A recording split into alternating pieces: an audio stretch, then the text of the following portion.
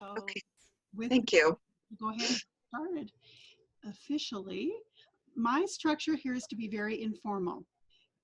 I really invite you to ask questions and to um, just do what helps you best as we're rolling along here. I thought the best place to start would be with logging into the website, since that really is the entry point for all of us. Did you all receive an email from Dora with your username and password?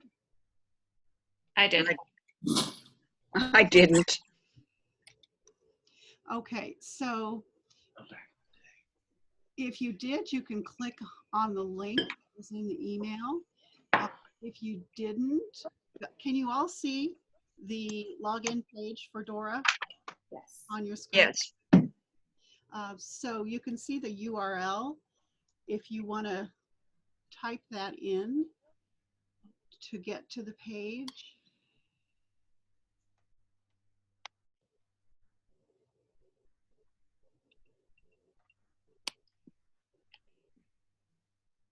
Trying to figure out how to minimize this so that I can get. Oh, so that you can do what you need to do. Oh, right there. The original size, I think. And I'm afraid to touch anything. I'll lose the meeting. Well, if you'd rather, you can just kind of follow along with me. Yeah, I've got it here. Yeah, okay, okay. And I have this saved so that I don't have to remember my user ID or password. If for some reason you don't remember your password or your user ID, you can just click down here and they'll send you the reminder in the email to get you in. Okay, so is everybody on? Yes. No, but I'm working on it. Okay. So go ahead without me because I'm slow. Okay, that's fine. So I'm going to go ahead and log in here. There's a change password or change security questions option, which I'm not going to do. So then we need to go up here to online services.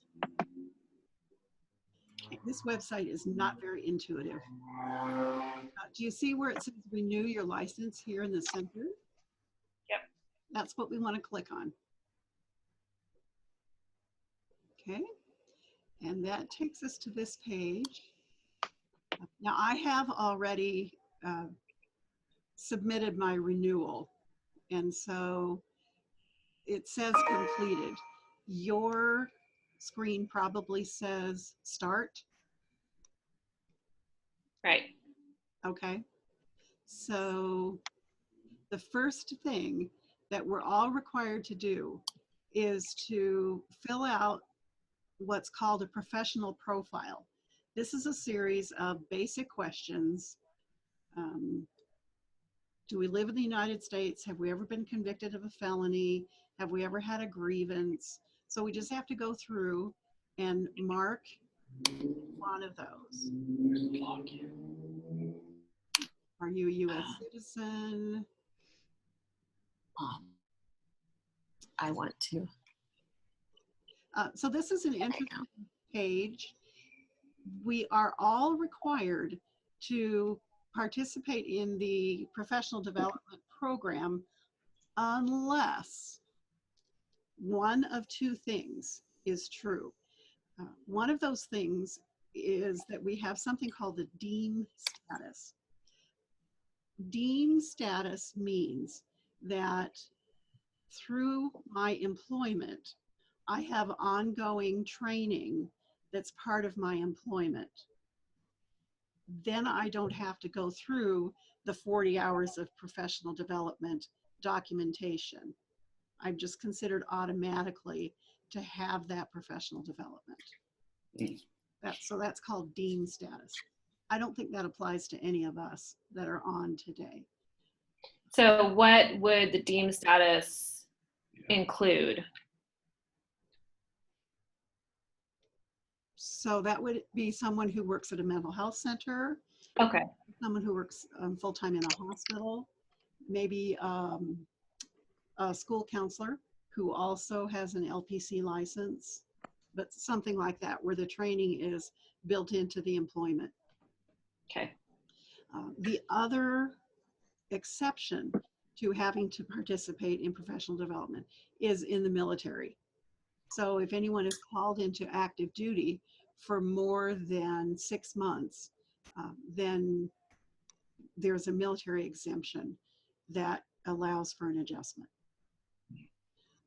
Again, I don't think that applies to any of us. If you wanted to be inactive, you can declare yourself to have an inactive status, but then you have to go all the way back to the beginning to reactivate your license. Out of curiosity, do they have any, I'm assuming they don't because it doesn't say this on the page, they don't have any lenience for maternity leave or something like that? They don't have any allowance for that at all. So if you scroll down to the bottom of this page, there's a drop-down menu where we need to select which of those conditions apply. And for all of us, it's compliance with CPD program. That's what we're doing. So click on next here. Okay, your healthcare professions profile is general information about where you practice and how you practice. So are you currently practicing in the profession associated with the profile? Yes.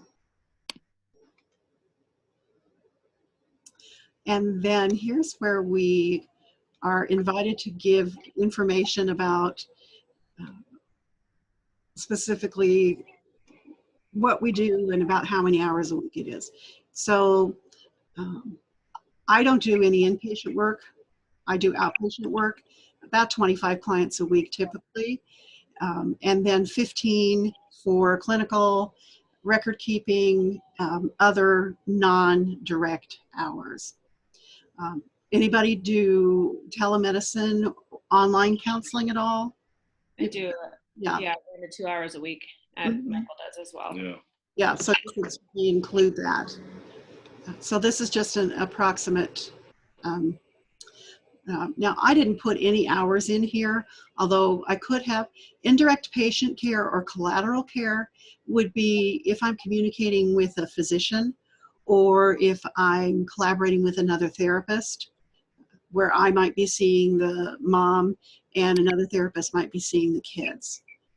So I think we all probably have at least 5 of those hours every week that we're putting in. Okay, so those are the kinds of things that go on this page. If you want to change something, see the little pencil? If you click that, then it will let you go in and change address, setting, number of hours, etc. This is public information. Okay. So it's designed to help the public be able to know more about us before they work with us. Okay. So education, training, where what your degree and the year you got it.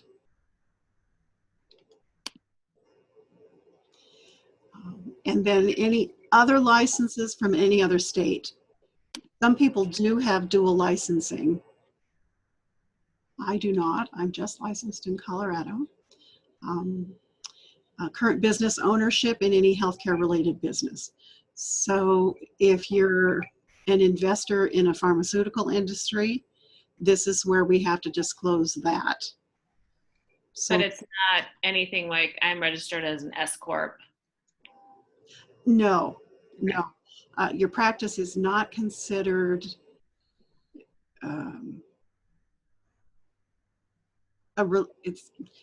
that's where you're licensed. So this would be something in addition to your license. Okay. Operating. You might be, Michael, right? With neurofeedback.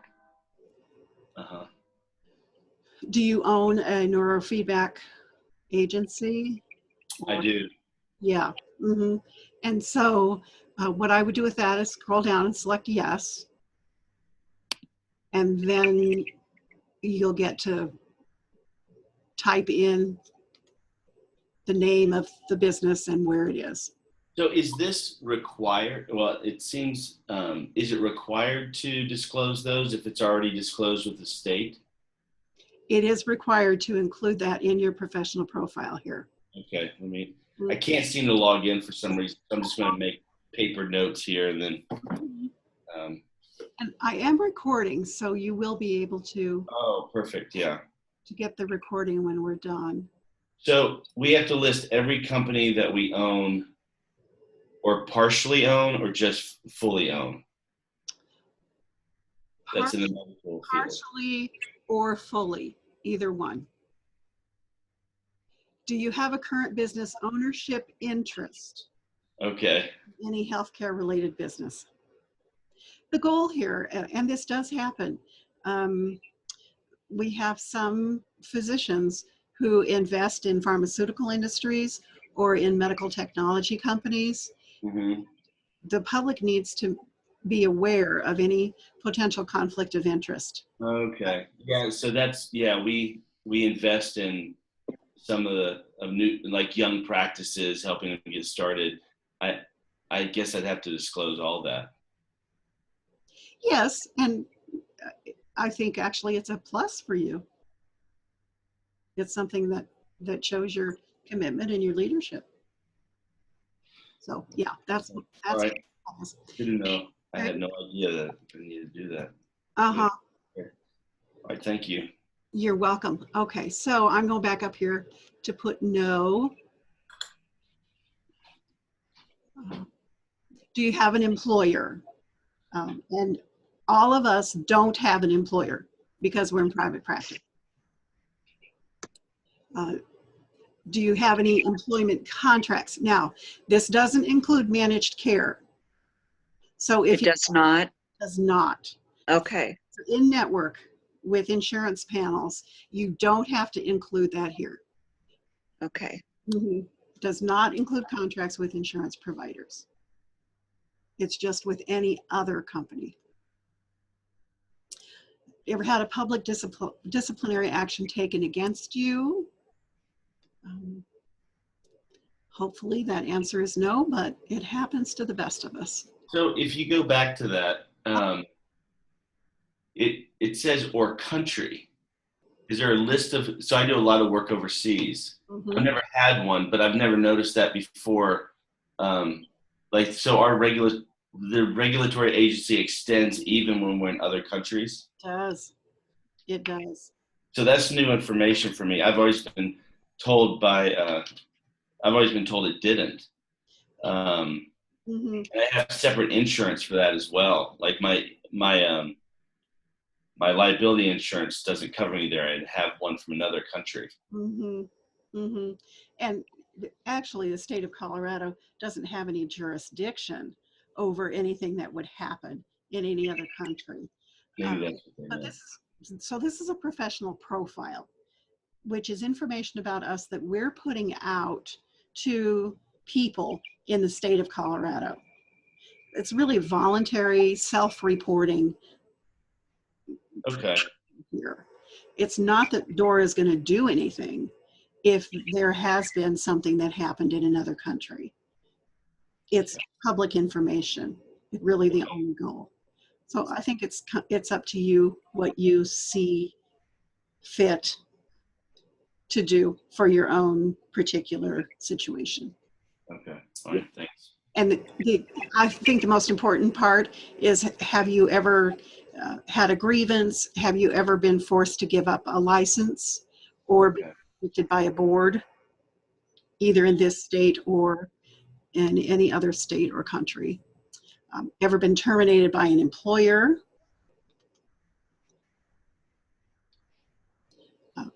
Convicted of a crime, a felony, crime of moral turpitude. Interesting legal language there. Malpractice, lawsuit, ever been denied liability insurance. Oh, and then we have an opportunity to provide a list of any awards or recognition that we've received along the way.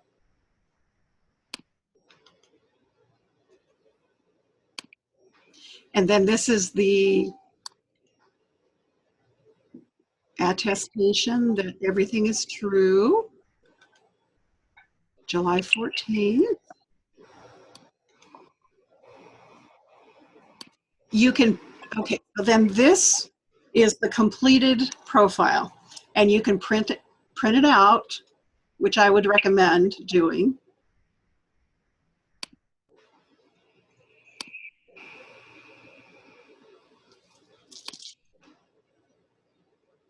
And I already have this printed, so I'm not going to actually print it again today. And then be sure you go over here and click on close and save. Otherwise, it won't save it, and you'll have to go back to the beginning and do it all over again next time you log on. Okay, so now we're back to our beginning page. Now we've completed the professional profile portion of the requirement for renewal. The next thing that needs to be done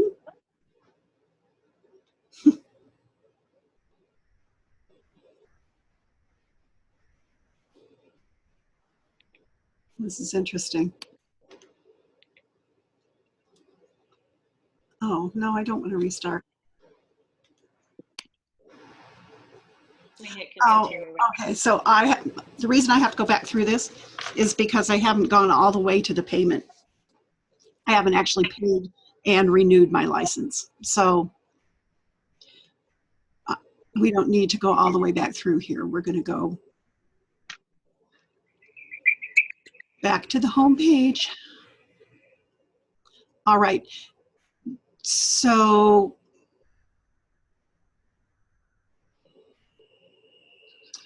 I don't know why it's not taking me to where, I'm going to see if I can skip to the end here. Yeah.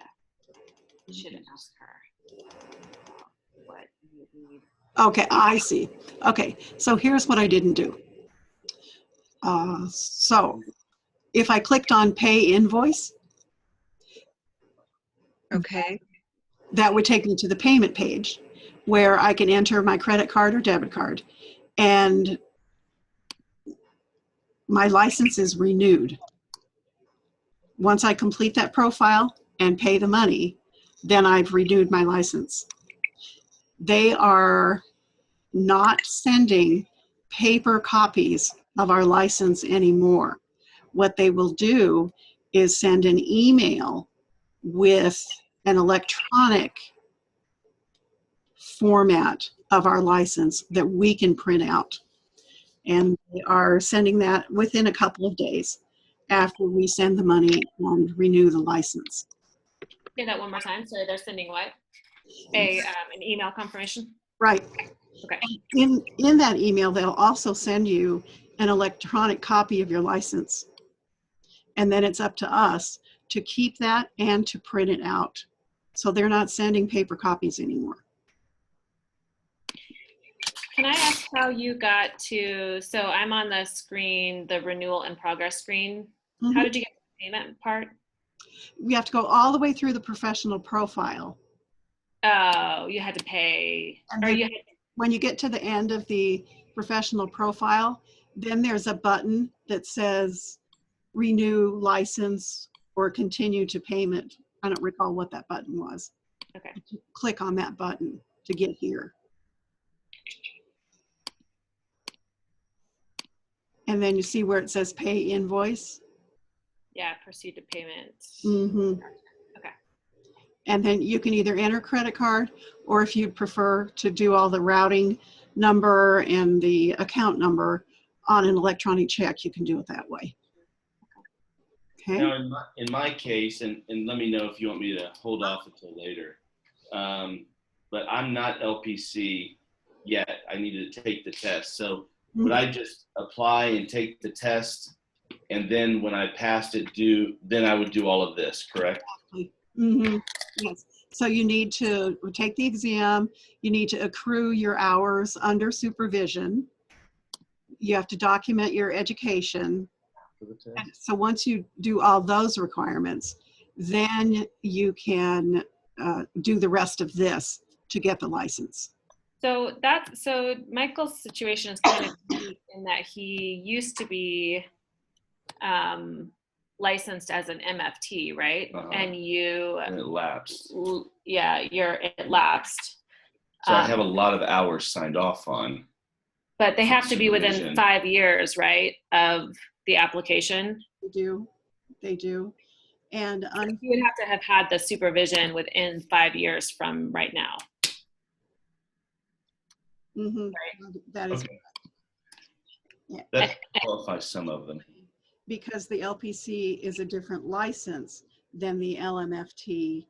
You have to go back and start all over again with the LPC. And Okay. that's the process of supervised hours, taking the test again, documenting your education, and all of that. But he would also have to do that if he was to renew the LMFT at this point, right? Because it was lapsed. Yes. Well, how long has it been since it was active?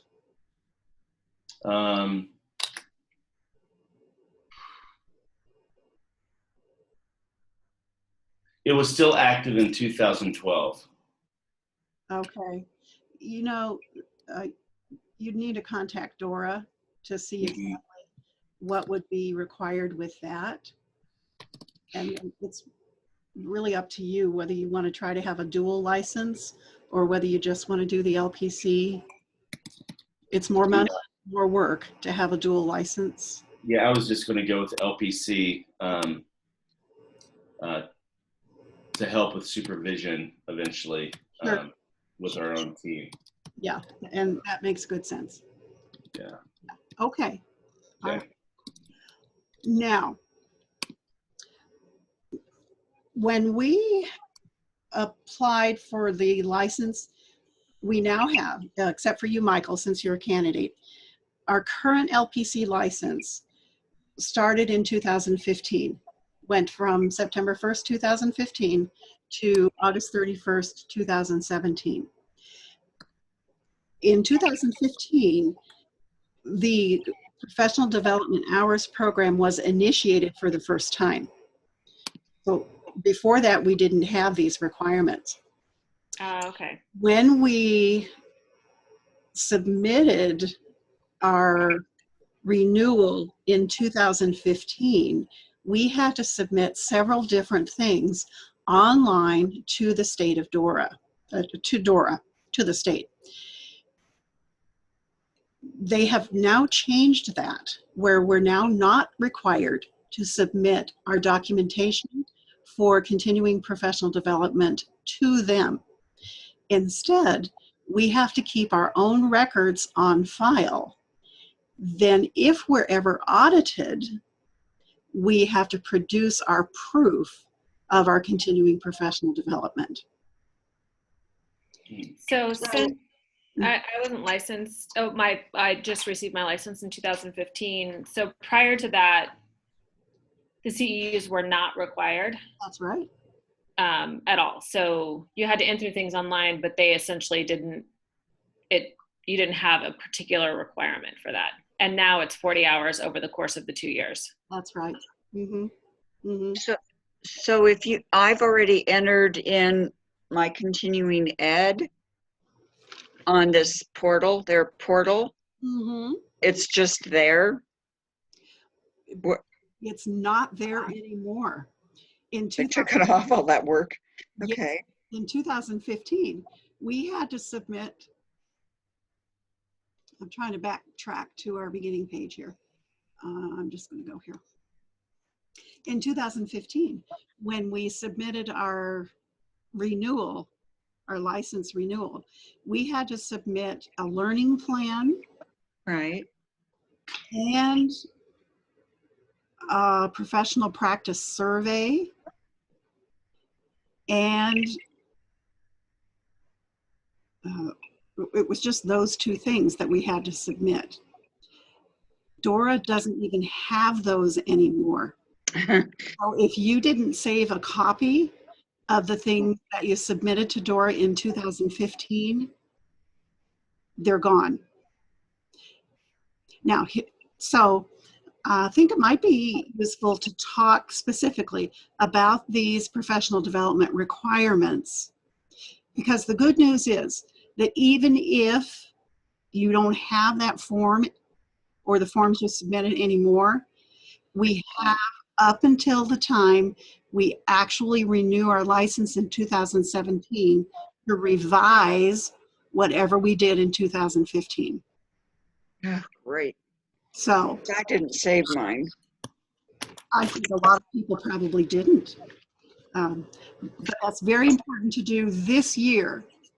Very important to keep track of that, to keep it, create a portfolio that you can easily access in the event that Dora decides to come and take a look at everything. Okay, so let's go over here. So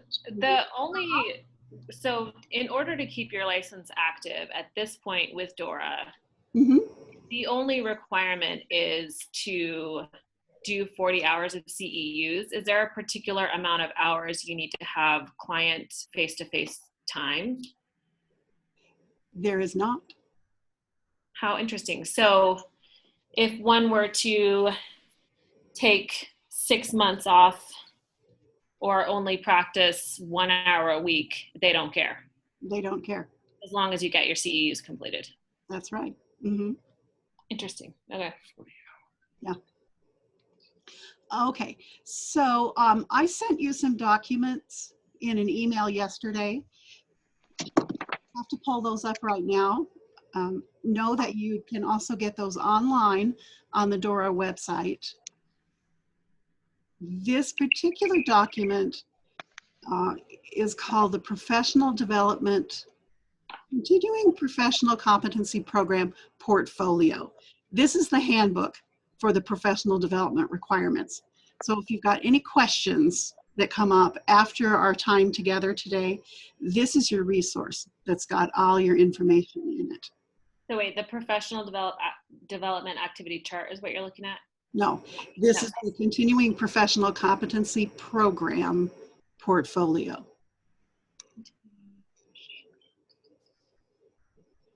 Can you see mine? Can you still see the screen? Yeah, I can see yours. Okay. Yes, I can see yours as well. Okay. So, general requirements. So we're going to go over here to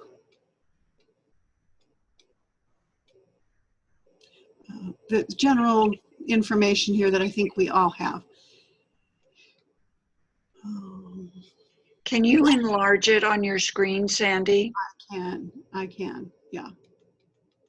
Okay, so this is actually on page 4. If you have your own document pulled up, or if you happen to have it printed out. Let me make this bigger. There, is that easier to see? Yes, thank you. Okay, and let me scoot over just a little bit.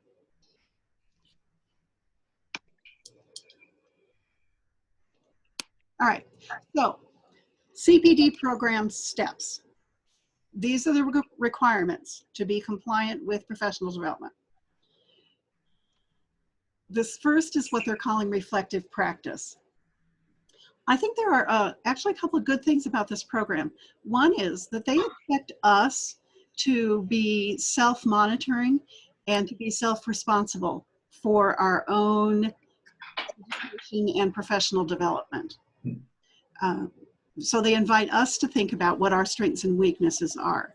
And then they assume that we're going to be capable of figuring out what we need in order to either build on those strengths or to improve the areas where we aren't as competent. So first of those steps is the professional practice survey. I also sent that to you in an email. It's a lot of questions. The idea in the survey is that there are different roles that we each have as therapists. And within each of those roles, there are areas of competence that exist. The let me see if I can. So this is just for us to go through on our own and determine if we feel like we're on par with what we should be doing for our own. Exactly. Okay. Exactly. So this is the professional practice survey. We do need to have this on file in case we're audited. So we do it on our own. We don't submit it to Dora, but we do have to keep it in our professional development file. Excuse me, goodness. All right, so this professional practice survey identifies 5 different roles. One is direct service provider, administrator or supervisor, educator, researcher, or clinical supervisor. So in that one, my registered, excuse me, my registered play therapist supervisor, is that where I document when I supervise for play therapy? Yes. And that supervision, and it sounds like this is part of what y'all do at Aspen as well. That supervision is included in your professional development hours. So meaning as a part of the 40 hours? Yes. When I supervise other therapists, I get to count that toward my 40 hours of professional development. Okay. And that, for me, would I be the administrative supervisor or that'd be the clinical, right? Yes. Dora doesn't actually make a distinction between Okay. administrative and clinical supervision. They count both of those equally. What about when you're teaching workshops? When you're teaching the CEUs? Yes. Like when they bring you in, okay, so that would count as well. It does. It does. Is there a way that we would have to register those as CEU credible? No. No. Oh, you can just offer CEUs if it's some form of clinical training. Yes, the state of Colorado does not have any specific requirements for continuing education. That's crazy. I mean, that would put me. There is documentation that is required, but there isn't a particular accreditation or approval that's required. So it doesn't have to be approved through National Board of Certified Counselors or through the American Psychological Association. Okay. And it doesn't have to be in Colorado. No, it doesn't have to be in Colorado. If you travel nationally and provide a training in Philadelphia, it still counts toward your professional development hours because you're in Colorado. So just to be clear, so I went to Greece and trained therapists for 2 days. Yeah. Do I break that down into hours and count that since I can document it? Yes. So Dora goes by clock hours rather than credit hours. Okay. Okay. So your 40 hours of professional development is literally clock time. Okay. 40 hours of clock time, regardless of how many CEUs were offered for what we did. Okay. That makes sense? It does. Yeah. Now, well, okay, so let's stay where we are. Any other questions about roles? Does that all make sense? Can I ask one more question about CEUs? Does our own clinical consultation count as well? So if I'm consulting with someone, with another therapist on a case, is that also counted towards the 40 hours of professional development? It is. Okay. It is. Mm-hmm. And there are actually 6 categories that we're going to get to in just a few minutes. Okay. No, it's all good. It's all good. Mm-hmm. All right. So those roles then are laid out in this professional practice survey that we have to complete. Within each of those roles, whoever created this program has identified 4 different elements that are important in each of the roles. So collaboration and communication, job knowledge, leadership, and legal and professional standards. All right, here's how this actually works. First, we go through and select which roles we are participating in. So I would click direct service provider, clinical supervisor, administrator manager, educator. You can choose as many or as few of these roles as apply to you. So I have a question about that educator. I know it would apply when I'm teaching play therapy, but if I'm holding a group for parents for attachment using the play therapy, would that count as educator? That's a great question.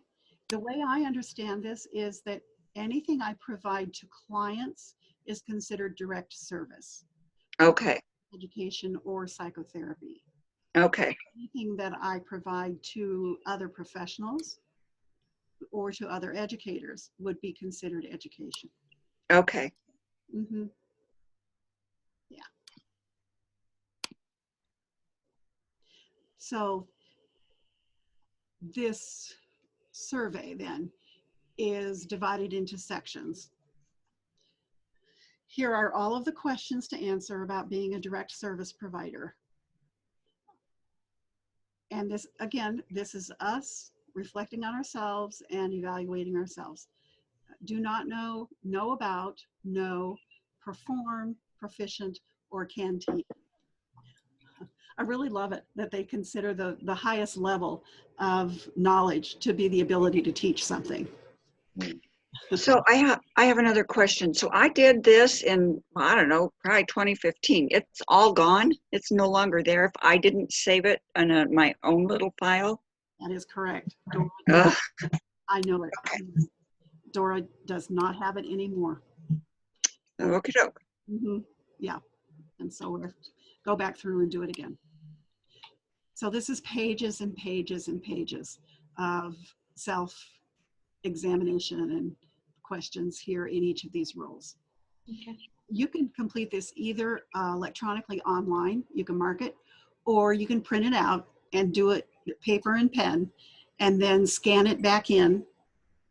So if you complete it online, does it save it in your profile? No, you can't complete it online. It has to be done in your computer. Gotcha. And then print it out. In a file cabinet. Okay. Gotcha. Dora's not keeping anything on the website anymore. Okay. Except that professional profile. Okay. We completed. Mm-hmm. Okay, so I think that's pretty self-explanatory. Just like taking any personality inventory or anything else, go through and fill it out. There is another shorter version that isn't required by Dora. It's called a self-assessment. It's more open-ended questions. If you find it helpful, you can certainly do it. It's not required, but it is there. It's in the professional development portfolio, in case you love tests and want to have more than one get to do. All right, so going back to,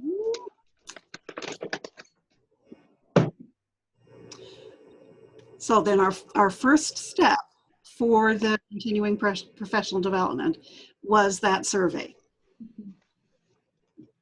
From that survey, oh God, I can't get my page down. All right. From that survey, we then need to create our learning plan, which starts with learning goals. I sent you this plan, this form as well. This is the learning plan. It really only asks us to identify 2 learning goals.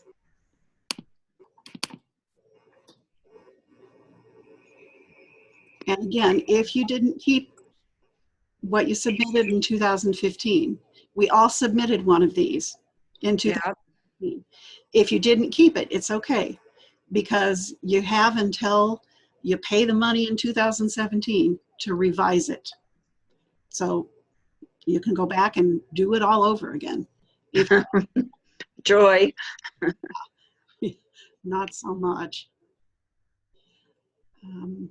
So those 2 learning goals would come out of all of that self-reflection that we did.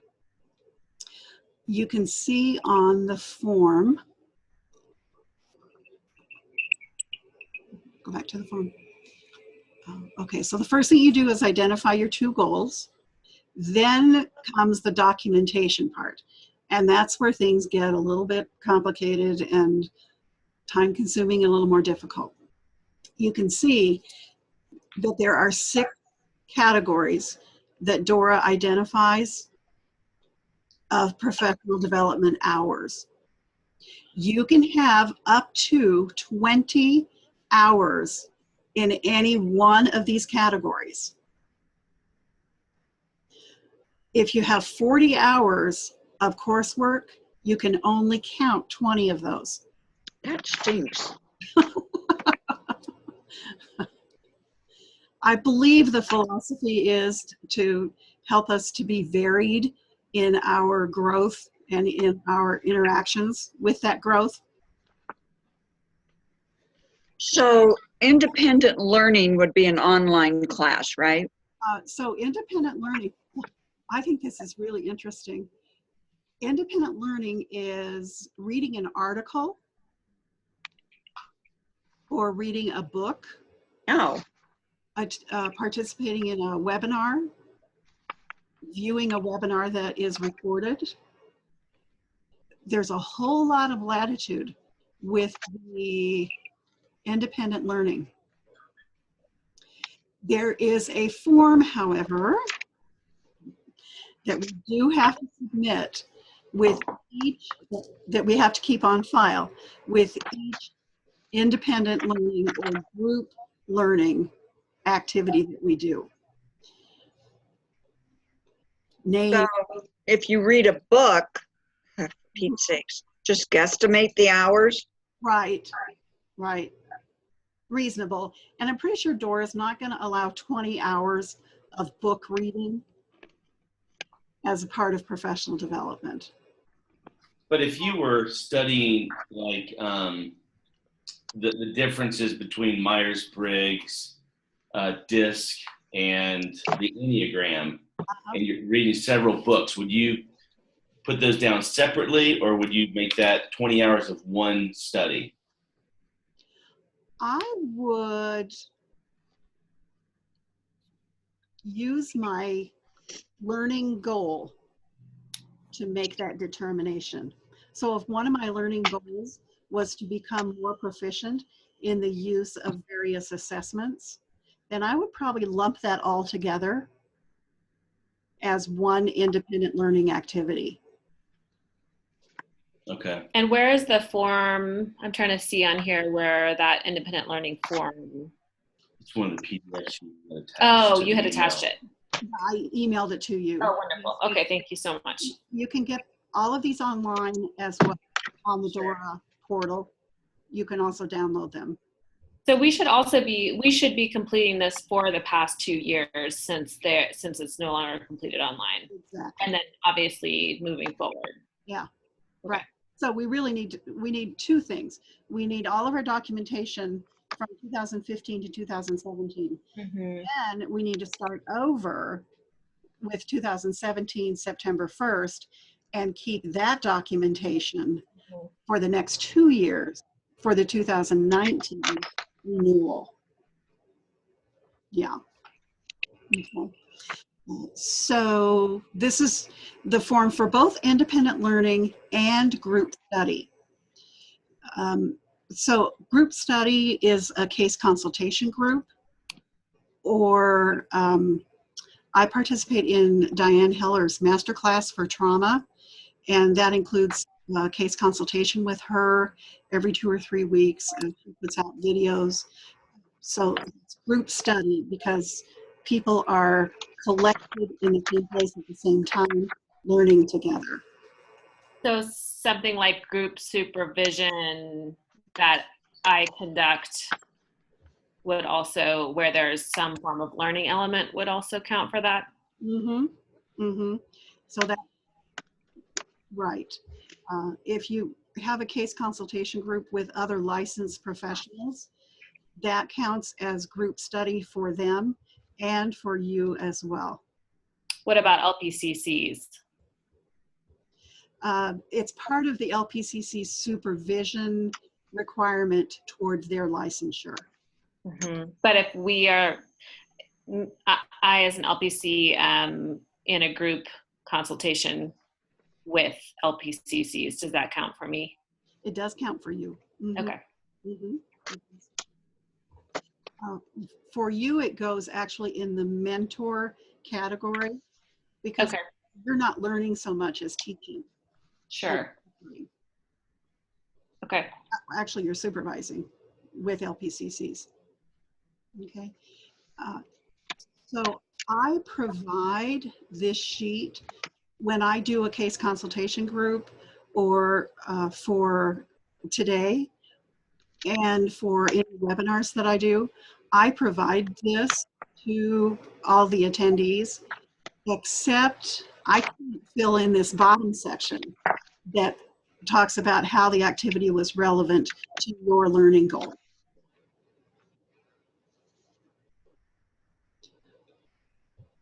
So for today, let me find that.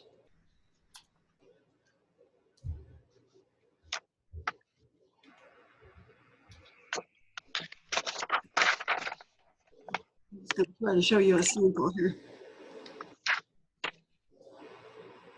There we go.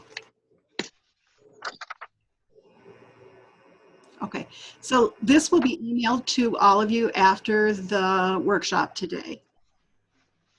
And this is an example of an independent learning form. Now I've had some people kind of talk about, is a webinar an independent learning or is it a group study? And there's probably a case to be made either way.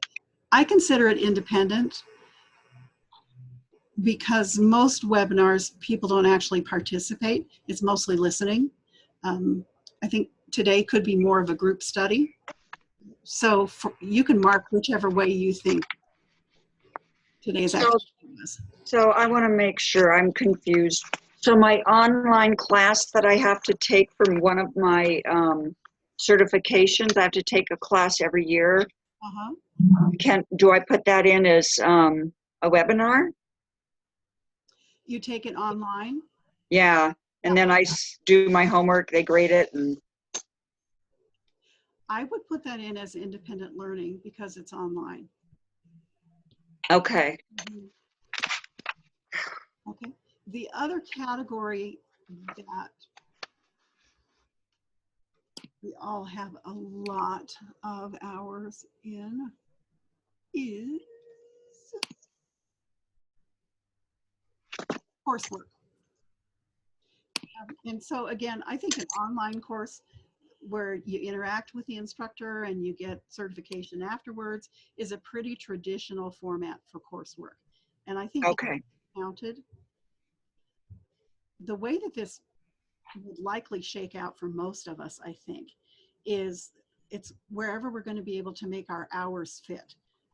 Since I can only have 20 hours of regular coursework, I might put my online class in the independent learning category so that I can still get credit for those hours, even though the coursework category is full. And I don't think Dora is going to question very much about which category we put things in. And presenting would be any form of education that we're providing or trainings. Presenting, I think, is really interesting. The Dora makes a distinction between presenting and educating. Okay. Presenting is if I go to Kiwanis and talk about depression in teens, that's considered a presentation. Okay. Something I do in the community, something I do for. If we're doing for church. Yeah. Mm-hmm. Mm-hmm. And with presenting, Dora allows us to have 2 hours of credit for every 1 hour that we present. So you get credit for preparation time with presentation.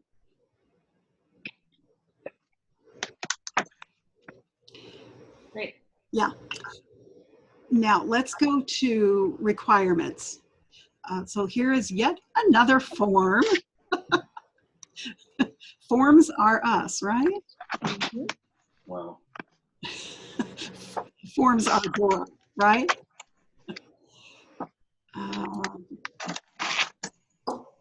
Okay, so this is called Professional Counselor PDA chart.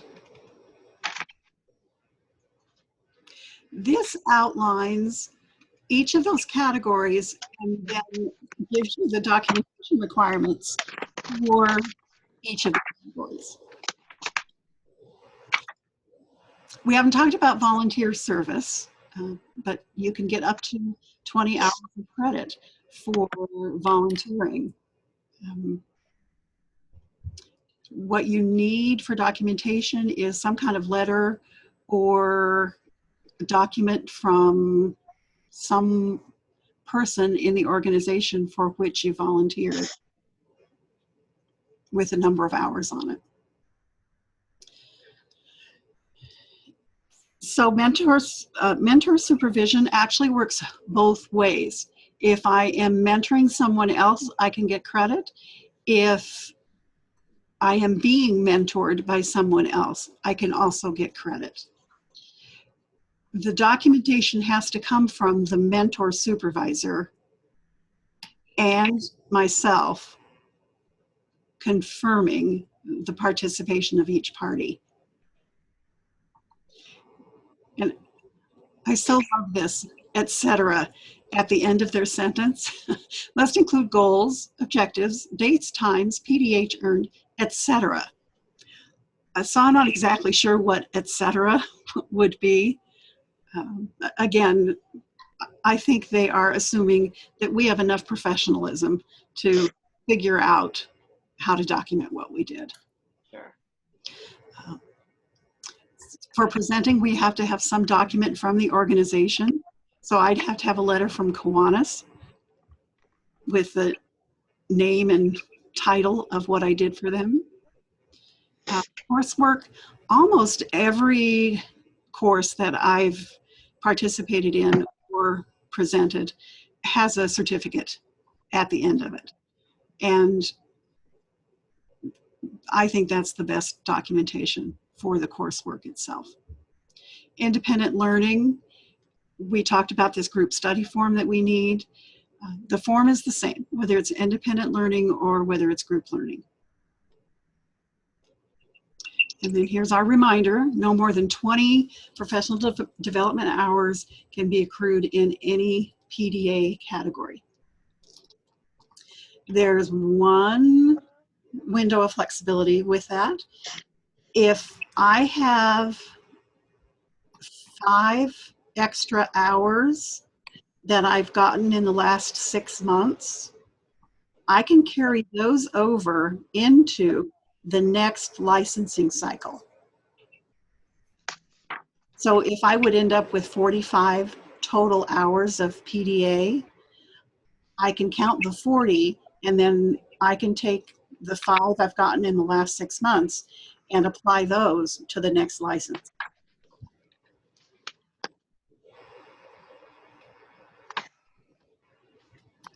So my, some of my continuing education includes like supervised supervision Mm-hmm. of like somebody supervising me, Yeah. supervising. Yes. Mm-hmm. Where would I put that under? Because I have way over 40 hours of continuing ed, but not very many other hours other than that independent learning. I would put it under mentor supervision Okay, because you're being supervised. okay. Mm-hmm. Any other questions about any of these categories? About what? Sorry? About any of the categories or the documentation requirements? No. That all make sense? Okay. So, whoops.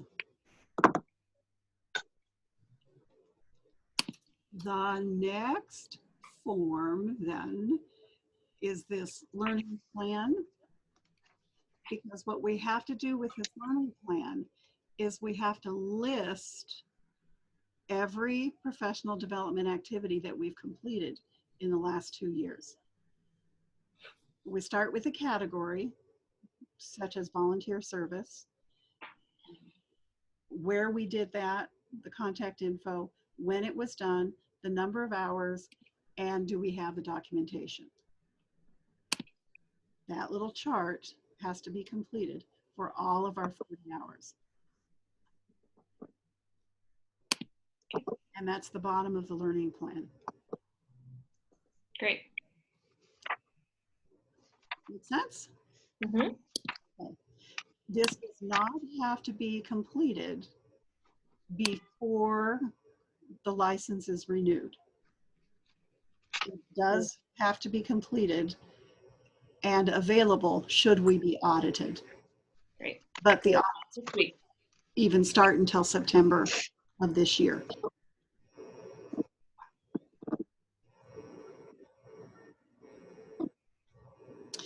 All right. Any other questions at this point? Feel like you got what you need? For the documentation in particular. Mm-hmm. Okay, so just to summarize, the first step is the professional practice survey.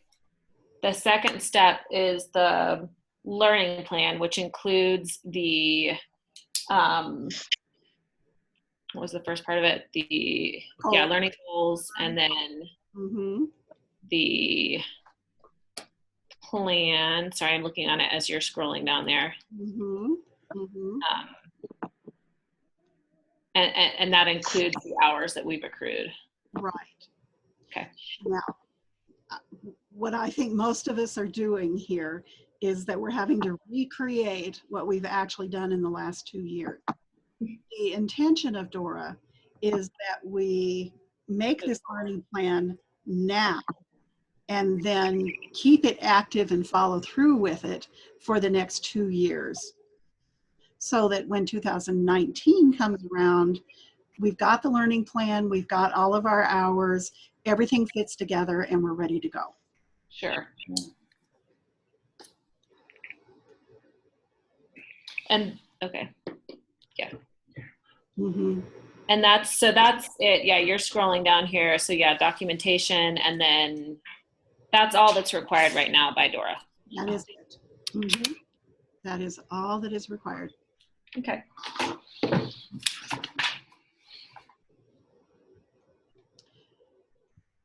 And then So there is that 5-hour carryover. Don't submit anything to Dora. It'll go into cyberspace vacuum and be gone forever. Can I ask, so there's nothing required by Dora to, because in some states, there's a separate requirement for supervision as an LPC. There's nothing, if you have your LPC, you just are qualified to supervise, and we don't have to submit anything saying we are, other than obviously the people who are under our supervision will submit their own hours, which we have signed off on, but there's nothing required of us. Yeah, that is correct. Okay. In terms of the legal requirement for supervision in Colorado, The only legal requirement is to have your LPC. That's correct. That's Okay. required.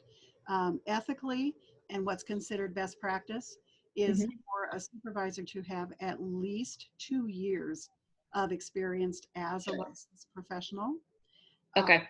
Also to have coursework and to have supervision while they are supervising as a part of their training.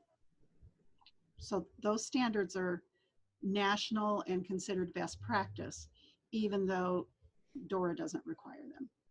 So supervision, for supervision, 2 years of LPC work. And then what was the third thing? Some coursework, some kind of theory, methods, philosophy of supervision. Okay. And sometimes with your doctorate, you get that as part of your doctoral program. Some of the master's programs also include supervision coursework. So you might have gotten that as part of your degree. Sure. Or might not. Okay. There are several different online organizations that provide supervisor education. Okay. So, yeah. Okay. Anything else at this point? Can I ask a couple slightly unrelated questions, but I think are just Dora questions? Sure.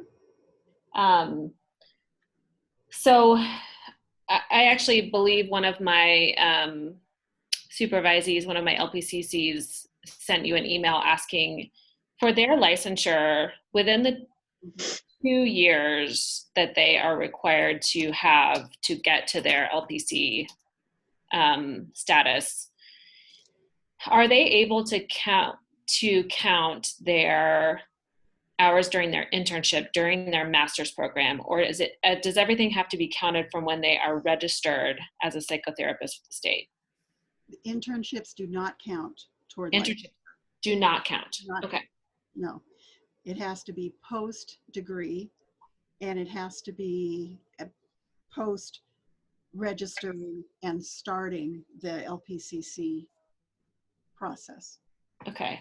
And can you explain to me, I know they have changed this over the past couple of years, but are there's still 2 ways to register as an unlicensed therapist for Dora? There's the LPCC and some other.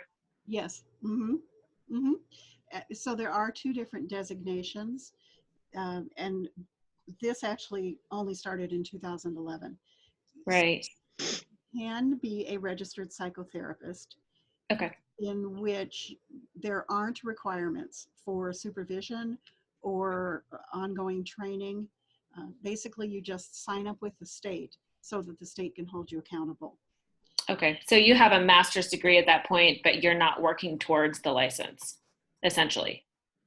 Yes, that would be correct. The LPCC process and designation was designed to differentiate someone who is on a track toward licensure and someone who is not on a track toward licensure. Okay. Licensing is a higher level of accountability. Right. It used to be that everybody just was a registered psychotherapist. Right. Until they got their first license. And then the public, hypothetically, didn't know whether this was someone that took a 40-hour hypnosis training or someone who has a master's degree and is working toward licensing. So that's why they made this change and put in the LPCC. Do you anticipate Dora eventually requiring everyone to go through the LPCC process? No, Dora Okay. is pretty relaxed about how counseling gets practiced in the state of Colorado. That's what I thought. Yeah, because compared to, I mean, don't most other states require licensure? Many states do not allow a person to practice without a license. Yeah. In Colorado, you can have a bachelor's degree, you can have a 20-hour training course and hang out a sign and It's say, amazing. you're a registered psychotherapist. Amazing and kind of scary. It is scary to me. Yeah. Do you know, Sandy, is there legislation or anything to change that? It has been hotly debated for a long time in the legislature. I don't see the registered psychotherapist program going away at this point. And so here's the kind of the other side of the coin. There are some things that are helpful to people that aren't researched and evidence-based. And there are people who want to make certain services available to other people. Sure. And they believe they have the right to do that and to offer that. And so Sure. the state of Colorado doesn't want to step on anybody's rights to be a healer in whatever way they choose Sure. to be a healer. But this is my bias. I think accountability is just so important. And most of the public doesn't know the difference between a psychologist and a psychiatrist, let alone the difference between someone who's licensed and someone that's had a 20-hour online class. Right. Right. So I think we have to protect the public because they don't know. And that's where I think licensing is important. Sure. That's my personal bias, and I acknowledge that it's a bias. Yeah. Can I ask one other supervision question? So I have the supervision hours that we sign off on are basically just up to our discretion, correct? Right. Mm-hmm. I have a therapist he is actually doing a 1-hour intake for a large church. And he's asking if I would sign off on those hours as part of his supervision. Mm-hmm. It is not therapy, it's an intake process. So he's sitting with a potential client for 1 hour and then referring them to someone else. They come to the church, and he's a church staff. So he's actually on staff with the church. Okay. Well, he's not on staff. I guess he's probably He's a contractor. He's a contractor. It's a large church, so their members will come and say, I need therapy, and he will do the initial intake and then place them with an external therapist. Is that up to my discretion if I feel comfortable signing off on that or not? Or does... Yes, it is. Yeah. Okay. Mm-hmm. For me, as a supervisor, I'm legally responsible for everything that a supervisee does. Mm-hmm. So I tend to be really cautious and really involved with anybody that I supervise. Yeah. So I'd want to feel pretty confident that this person had the skills they needed to be sure that they were helping people. Sure. I would have a regular time where I talked to the supervisee about their work. Where I would have to have access to the files. Sure. So yeah, but it is up to you. And I know many people who simply sign off as a supervisor. Right. That's personal choice in terms of how you do that. Okay.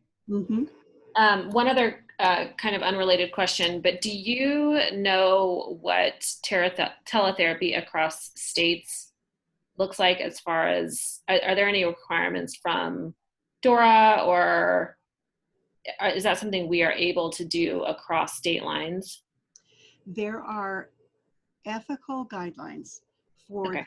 therapy, and abiding by the ethical guidelines becomes a legal issue.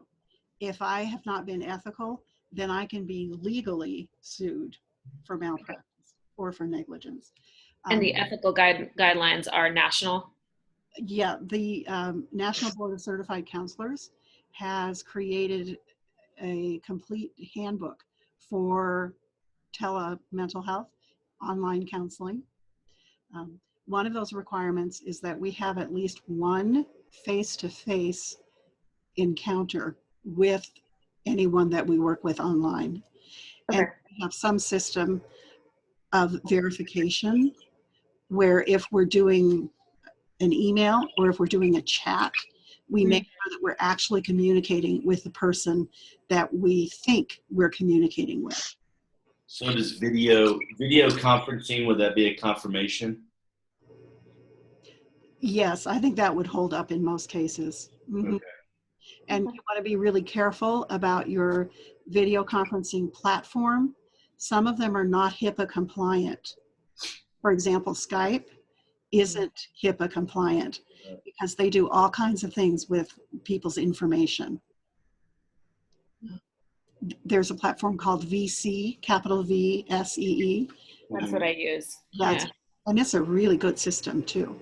Great. What about when people just want to use FaceTime? I wouldn't do that because of the security issues. Okay. Mm-hmm. Okay. There's a whole arena of how we use electronic technology in the therapy process. Okay. All of my clients want to use everything all the time. They want to text and they want to email and they want to do FaceTime. And so I actually have a couple of things that are HIPAA required. One is that they have to give consent in order to use email or any electronic means of communication that's not secure. Mm-hmm. So I have a form for that. And then I have another information sheet that tells them that I'm not available 24 hours via text, that I only use text messages for scheduling appointments, that email is not a therapeutic process, et cetera, et cetera. Yeah. Could you share that document? I'd love to see it. Because I usually share that, during the intake first session. But I'd love to see how you have it written out. Yeah, I would be curious to see that as well. That was one other question I had. Is there a HIPAA requirement that we have all of our forms online available for clients? No, that is not a HIPAA requirement. Okay. We do have to make the HIPAA notice of privacy practices available in our waiting room and in that first visit for clients. Okay, but doesn't have to be on a website. I recently had a supervisee who came to me and had some documentation, and I had never seen it before. They just added this. Actually, I think that notice of privacy practices does have to be on your website now. Let me get an absolute sure answer to that for you. And when we're saying notice of privacy practices, for us, that could mean the disclosure form, which has the actual HIPAA notice. Yeah. So we have two different documents we have to provide. One is our informed consent disclosure statement. That is a state of Colorado requirement. Okay. And we also have to provide the notice of privacy practices, which is the national HIPAA requirement. So they're two separate forms. I actually don't have that HIPAA form. Do you have that, Michael? Or is that something that, where do we get that form? I have it.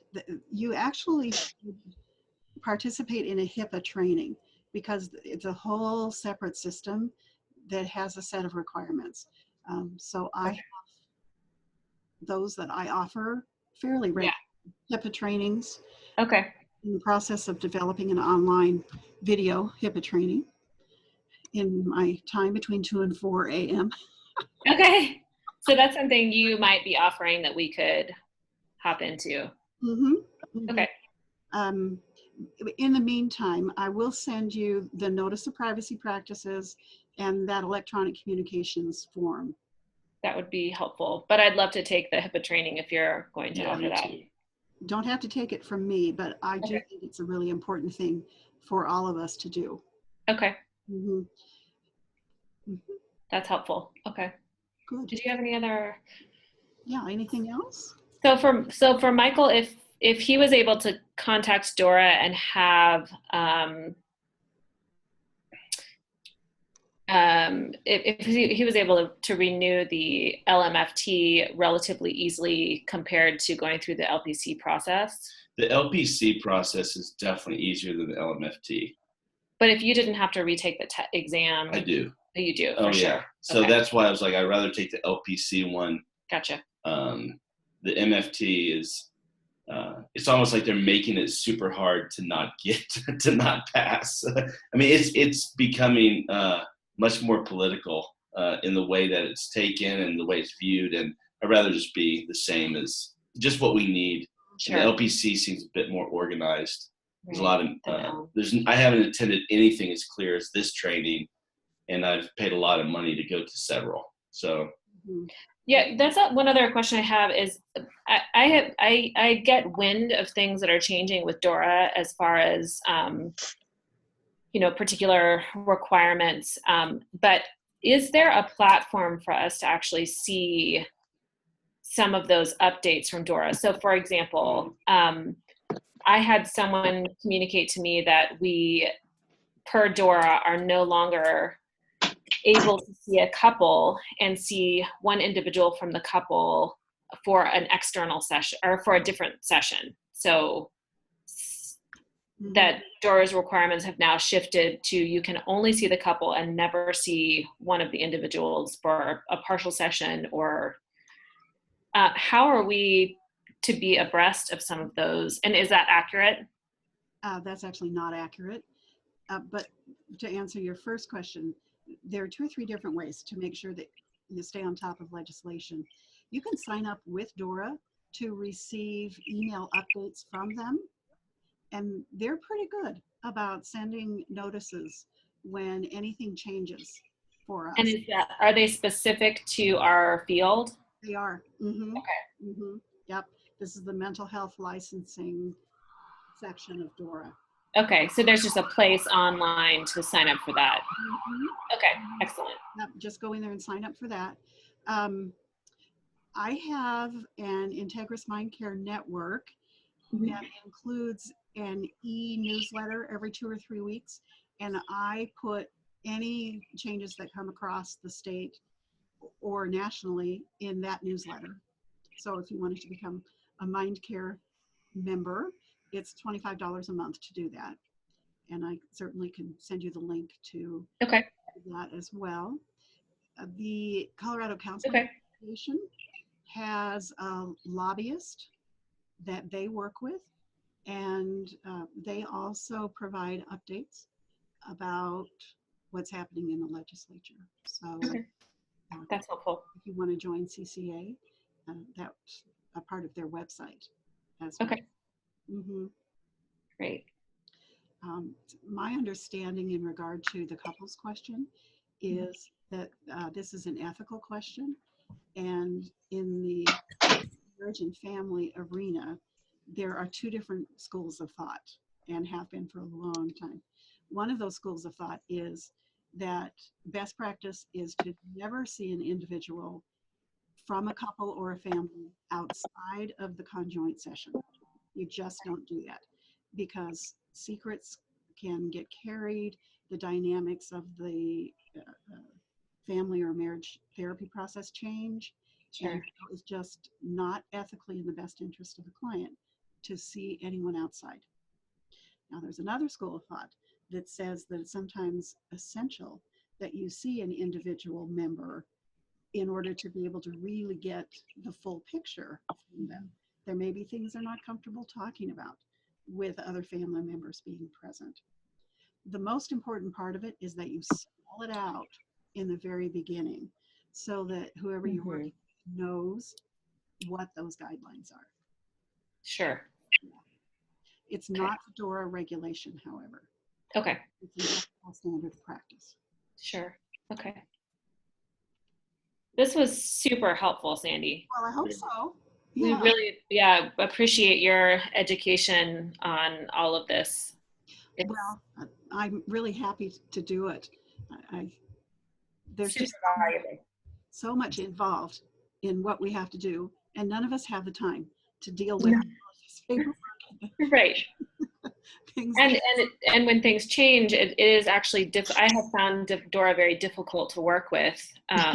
They are difficult to access things, so it's really helpful to have someone who has done the legwork and knows how to kind of, so thank you so much for offering it. You're welcome, and I continue to be a resource for all of you, so you're welcome to call me or send me an email anytime you have a question about anything. Thank you so much. Yeah, thank you so much for your time. You're welcome. Thank you, Sandy. You're welcome, and I will send a copy of the recording from today to you, and then also send those forms that we talked about.